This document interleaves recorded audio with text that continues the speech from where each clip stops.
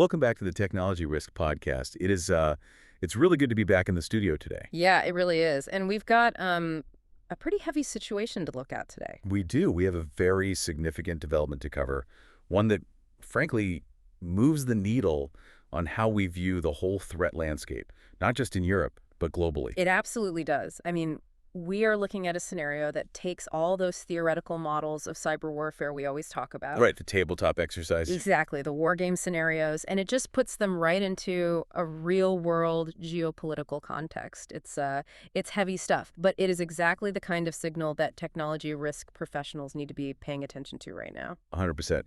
But real quick, before we get into the analysis of this report, I just want to make a quick request to you, the listener. If you find these breakdowns useful for your day-to-day risk assessments, please hit that subscribe button. Yeah, please do. We are on Spotify, Apple Podcasts, YouTube Music, and all the other big podcast sites.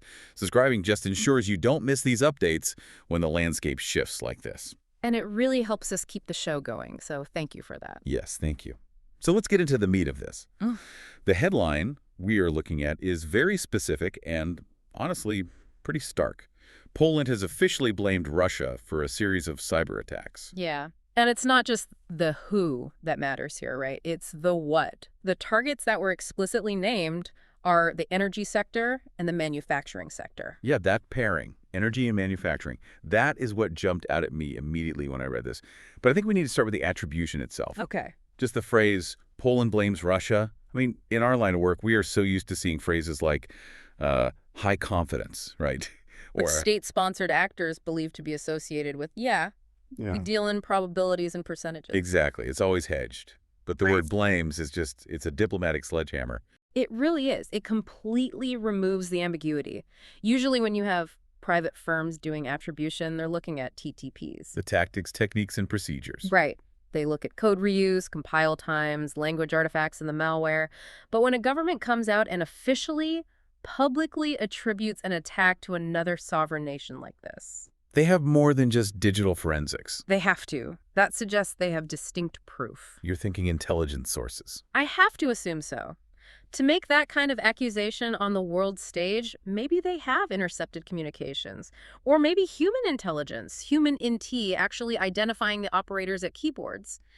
It tells us Poland isn't just guessing based on a malware signature. Right. They're treating this as a verified act of aggression, which brings a whole new dynamic to it because Poland is the target and Russia is the accused perpetrator. Yeah, the geopolitical actors here are crucial to understand. Poland isn't just a random country in this context. No, they are a massive logistics hub for NATO right now. Exactly. So this fits into a much broader, much more dangerous conversation about nation-state risks. If this is open conflict in the cyber domain, we aren't just dealing with criminal groups looking for a quick ransomware payout anymore. No, we are dealing with nation-state objectives, which is a perfect pivot to the targets themselves. Let's talk about the energy sector first. The report explicitly calls out energy as a primary target. The energy sector, I mean, it is the holy grail for any actor looking to cause actual kinetic impact. Right. We aren't talking about stealing customer billing data from a utility company. When you target energy at a nation-state level, you are targeting the operational technology, the OT. And we really need to make this distinction clear for anyone listening. We are not talking about the IT network where the corporate emails live. No. We are talking about the SCADA systems, right? Right. The distributed control systems that actually manage the physical flow of electricity. Precisely. And attacking OT is just a completely different beast than attacking IT. How so? For the risk managers listening, what's the fundamental difference in the threat? Well, in IT, if you get hit, you patch a server, you reboot, maybe you restore from a cloud backup. It's digital recovery.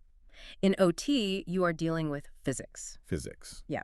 If an attacker messes with the timing on a massive turbine, or they alter the voltage on a distribution line, you can cause real physical damage. You melt wires, you blow transformers, you destroy multi-million-dollar equipment that takes months to replace. So it's the difference between losing your data and losing your actual infrastructure. Exactly. And look at the timing and location, like we mentioned. If you disrupt the energy grid in Poland right now, you aren't just inconveniencing the local population. population, you are potentially degrading the operational capacity of an entire region. Right, it's a huge strategic move. It creates chaos. Oh. And think about the psychological aspect of that. Mhm. In risk management, we often talk about risk in terms of financial loss, dollars and cents. Sure. But for a population, the risk of the lights going out or the heat turning off in the middle of winter, That creates immediate severe political pressure. yes, it forces the targeted government to look inward.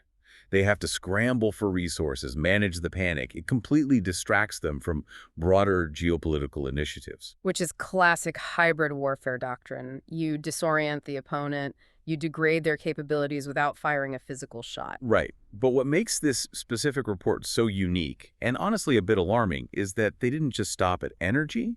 They explicitly called out manufacturing as the second target. Yeah, and I feel like the manufacturing sector often gets overlooked in these high-level national security discussions. It really does. It's not as obviously critical to human survival as the power grid or as data-rich as the finance sector. I agree, it's often the silent victim. But from a pure technology risk perspective, manufacturing is arguably the softest target with the highest economic yield for an attacker. Unpack that a bit. Why do you say it's a softer target? It comes down to legacy debt.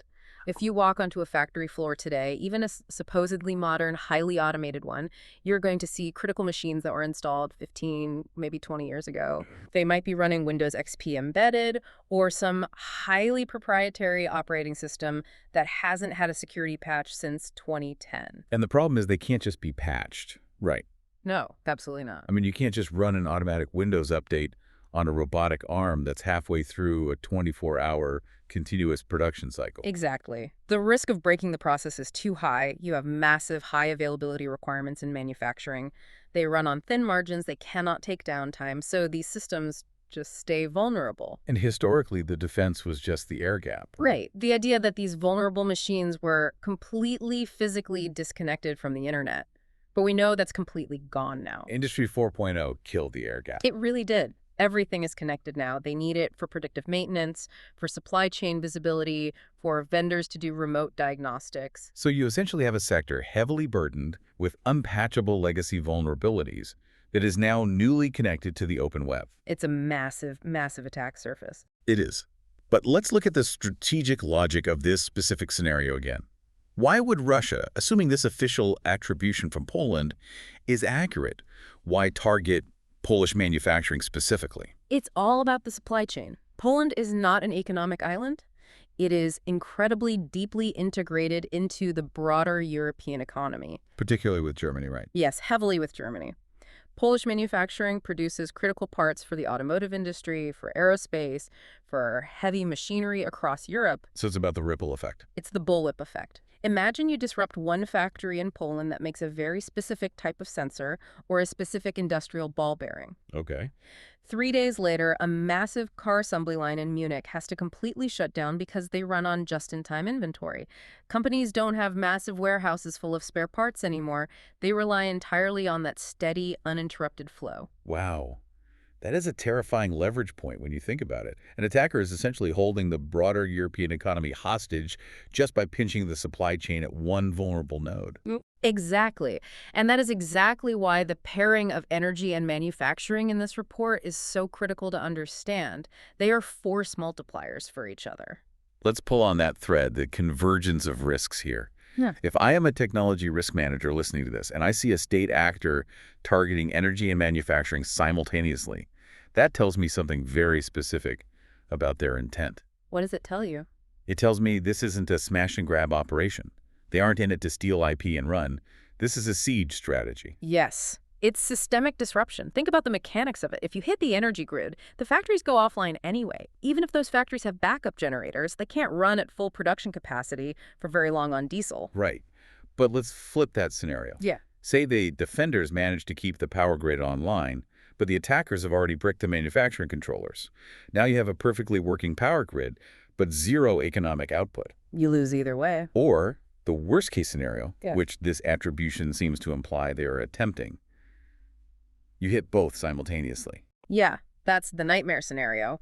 You cause a localized blackout, which immediately disrupts the incident response teams who are desperately trying to fix the manufacturing hack. Right, because you can't remotely re-image a compromised server if the router connecting you to it has no power. Exactly. It creates this vicious paralysis loop. The defenders are completely overwhelmed. Communications break down because local cell towers are running out of battery backup. Even the physical badge access controls to the factory buildings might fail. It takes a cyber incident and instantly turns it into a physical crisis management situation. It does. And that's where the standard label of technology risk feels almost too small to describe what's happening. We are really talking about operational resilience at a national scale. We are. But I want to pivot this back to the listener. The person who is managing risk for a corporation, maybe not the government agency. When you see a report like this, a nation-state officially blaming another nation-state for attacking critical infrastructure, does it fundamentally change your corporate threat model? It absolutely has to. If you are a multinational corporation or even just a domestic company that relies on international suppliers, you have to wake up to the fact that geopolitical risk is now cyber risk. They are completely intertwined. They're the same thing now. You can't just sit there looking at your firewall logs anymore. You have to look at the geopolitical map. You have to start asking different questions. Where are my physical servers located? Where are my Tier 2 suppliers based? Are any of those critical nodes in a region that is currently in a diplomatic or military standoff? Right. And we really need to get past this mindset that companies have where they think they are too small to be targets. It's the biggest misconception I hear in the industry. We just make widgets in Ohio. Why would a Russian state actor care about us? Exactly. They say that all the time. And the reality is they probably don't care about you at all, but they care very much about the software you use. It's the supply chain attack vector again. Yes. The tools used to attack Polish manufacturing, whether that's a compromised software update from a vendor or a newly developed exploit for a specific Siemens or Rockwell controller, those tools do not stay neatly contained inside Poland's borders. No, once they are deployed in the wild, they are in the wild globally. We saw exactly this happen with NotPetya a few years ago. That attack was specifically aimed at Ukraine. But it took down Maersk. It took down Merck Pharmaceuticals. Right. It caused billions of dollars in damage globally to companies that had absolutely nothing to do with the conflict in Eastern Europe. That is the precedent we have to remember. So if you are running similar OT environments to what is currently being targeted in Poland, you are already in the blast radius. You are. And you need to be actively hunting for those specific indicators of compromise now, not waiting until your own screens go dark. So let's synthesize all of this. We are looking at a clear escalation in the landscape. Poland is officially naming names. And in doing so, they are highlighting a very deliberate strategy that targets the base of the pyramid, the energy sector, and the economic engine, the manufacturing sector. Yeah, and they're showing us that the modern adversary is actively looking for cascading failures. They want to find and break those critical connections between power generation, physical production, and the broader economy. Right. So for you listening, the actionable takeaway here seems pretty clear. You have to map your exposure. And I don't just mean your digital exposure. You need to map your physical and geographical exposure. Absolutely. Do you rely on manufacturing partners in Eastern Europe? Do you rely on the exact same OT systems that are currently being targeted by state actors? And do you have a practical, tested plan for when the lights actually go out? Not just a theoretical binder sitting on a shelf, but have you actually tested it? If the regional power grid is unstable for 3 days, how do your teams communicate? How do you process payroll? How do you secure your physical sites when the electronic locks fail? That intersection is exactly where technology risk meets traditional business continuity. It really blurs the line between the CSO and the COO, doesn't it? The security of the technology is now indistinguishable from the security of the overall operation. I think that's just the new reality we live in. We are entirely past the era of treating computer security as some isolated IT silo. This is about protecting the fundamental viability of the organization in an increasingly hostile world. Well said. Now, before we wrap up today's discussion, I want to leave you with a provocative thought to chew on. Something that wasn't directly in this report, but builds right off of it. Okay. We've talked about how official attribution changes things. If an attack on a nation's energy grid and manufacturing sector is officially recognized as a hostile act by a foreign government, at what point does a cyber attack cross the threshold and demand a physical, kinetic military response? We are shifting from defending against financially motivated criminals to defending against nation-states. That is the red line that everyone on the global stage is terrified to explicitly define. Exactly. If a state actor freezes a major city in winter, or bankrupts a critical industrial sector via code, is that still just hacking? Or is it an act of war that changes the very rules of engagement for how nations respond? It's a huge question, and Poland's official attribution brings us one massive step closer to actually finding out where that line is drawn. It does. Yeah. And as technology risk professionals, we are operating right on that fault line every single day. It's an uneasy place to be, but frankly, it's where the work is most important. Indeed. We will continue to monitor this situation in Europe very closely as it develops. Stay vigilant out there.